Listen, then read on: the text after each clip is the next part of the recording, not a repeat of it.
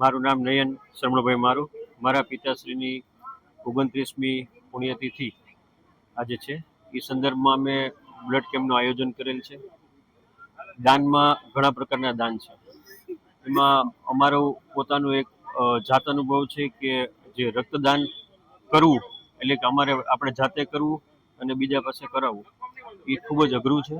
કારણ કે રક્તદાનમાં હજી પણ અવેરનેસ નથી અને રક્તની ખૂબ જ બ્લડની જરૂરિયાત છે. સિવિલ હોસ્પિટલ જુનાગઢ અહીં ખડા પગે છે. સિવિલ હોસ્પિટલ અહીં બ્લડ એકઠું કરવાની છે. એ જે બ્લડ છે એ સગર્ભા મહિલાઓ માટે, થેલેસેમિયાગ્રસ્ત બાળકો માટે અને એક્સિડેન્ટલી જ્યારે પણ જરૂરિયાત જણાય ત્યારે બ્લડનો ઉપયોગ થતો હોય છે. અમે જાત અનુભવ કરેલો છે કે સિવિલ હોસ્પિટલ હરરોજ એ બ્લડની શોર્ટેજમાં હોય છે. એ ગ્રુપ ચલાવે છે. એ ગ્રુપમાં રોજે રોજ મેસેજ ફરતા હોય છે કે આજે આ બ્લડ ગ્રુપની જરૂરિયાત છે, એટલે એ લોકો બ્લડ શોધતા હોય છે. આ અમે આખું એમની પ્રક્રિયાઓ જોઈ સમજી અને પછી અમે એવું નક્કી કર્યું કે પુણ્યતિથિ નિમિત્તે બ્લડ કેમ્પનું આયોજન કરવું.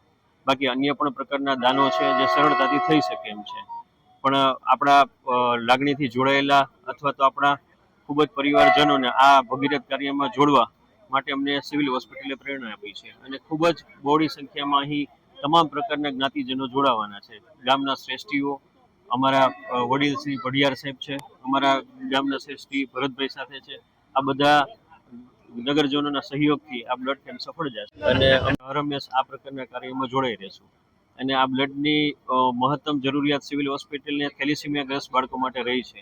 એ થેલેસેમિયાગ્રસ્ત બાળકો છે એને ઘણા બાળકને વીકલી જરૂરિયાત રહી છે, ઘણાને 15 દિવસે રહી છે, મહિને દિવસે રહી છે.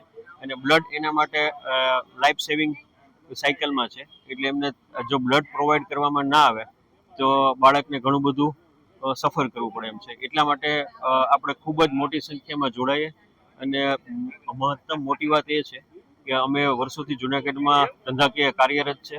આજે મારા ફાધરની પુણ્યતિથિ છે એટલે અમે પણ એક પુણ્યતિથિ નિમિત્તે ગામનો ઋણ અદા કરીએ છીએ કે અમારા થકી કોઈ પણ ગામને ક્યાંય પણ અમે ઉપયોગી થઈ શકીએ એ ભાવથી અમે આ બ્લડ કેમ્પનું આયોજન કરીએ છીએ. જુનાગઢના વામાસા એવા સ્વર્ગીય શ્રી શરમણભાઈ મારુની 29મી પુણ્યતિથિ નિમિત્તે વખતો વખતની જેમ તેમના પરિવાર દ્વારા એક મહા રક્ત શિબિર દાનનું આયોજન કરવામાં આવેલ છે. તેને હું ખૂબ આવકારું છું અને આ કાર્યક્રમના સાક્ષી ભાવે મને ઉપસ્થિત રહેવાની જે તક મળી એટલે હું મારી જાતને ધન્યતા અનુભવું છું. આજે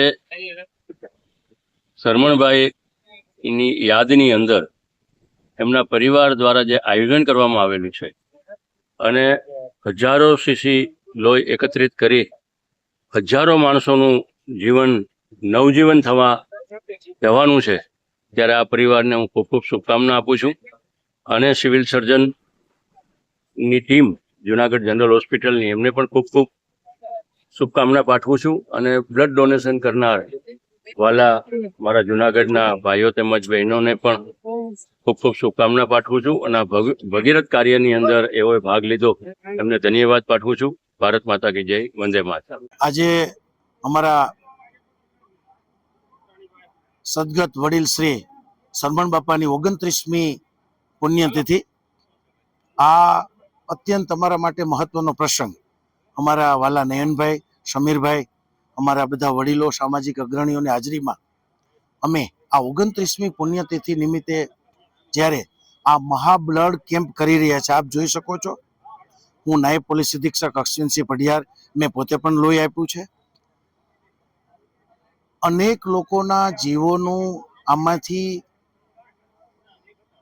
સર્જન, એની જિંદગી સેવ થાય એના માટેનો આ મહા કેમ્પ છે. બિલકુલ સ્વૈચ્છિક છે. અમે કોઈને આમંત્રણ આપ્યું નથી. અમે ઓછામાં ઓછા 150 પોલીસના જવાનો સહિત, અધિકારીઓ સહિત આજે બ્લડ ડોનેટ કરવાના છે અહીંયા, બિલકુલ સ્વૈચ્છિક. તો આ મહાપર્વમાં ફૂલ નહીં તો ફૂલની પાંખડી રૂપે અમે પણ આહુતિ આપી રહ્યા છીએ, આપ જોઈ શકો છો.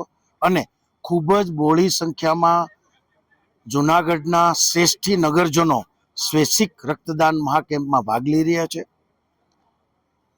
અમે આ બ્લડ ડોનેટ કરીને અમારી જાતને ધન્યતા અનુભવીએ છીએ કે આવા શુભ પ્રસંગો પુણ્યતિથિ નિમિત્તે અમારા સમીરભાઈ, મારા વાલા નયનભાઈ અને અમારા સામાજિક અગ્રણીઓએ જ્યારે આ કેમ્પ યોજ્યો છે તો અમે ખૂબ જ ઉત્સાહથી, પૂરા ભાવથી, એકદમ ઉત્સાહથી આ બ્લડ ડોનેટ કેમ્પમાં ભાગ લઈ અમારી જાતને ધન્યતા અનુભવીએ છીએ.